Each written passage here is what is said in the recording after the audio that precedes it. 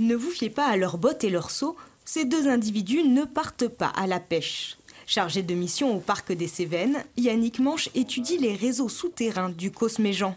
Il vient aujourd'hui déverser un peu de colorant dans cette retenue d'eau. Ici, on le fait à la surface, ce qui est très pratique parce qu'on n'a pas besoin de faire de spéléo pour y aller.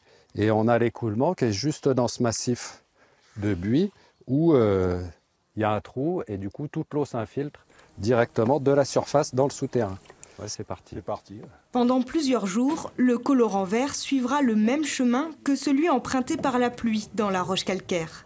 Et l'issue du voyage n'est pas toujours la plus évidente.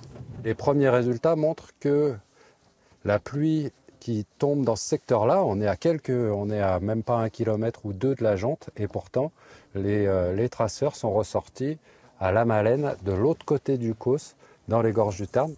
Grâce à ce traçage, si une pollution est détectée dans le Causse, il sera possible de savoir où elle arrivera et en combien de temps. Un enjeu majeur pour cette région touristique et pour les villages alimentés en eau potable par les sources. Comme ici, à Montbrun, où les équipes ont installé leur matériel.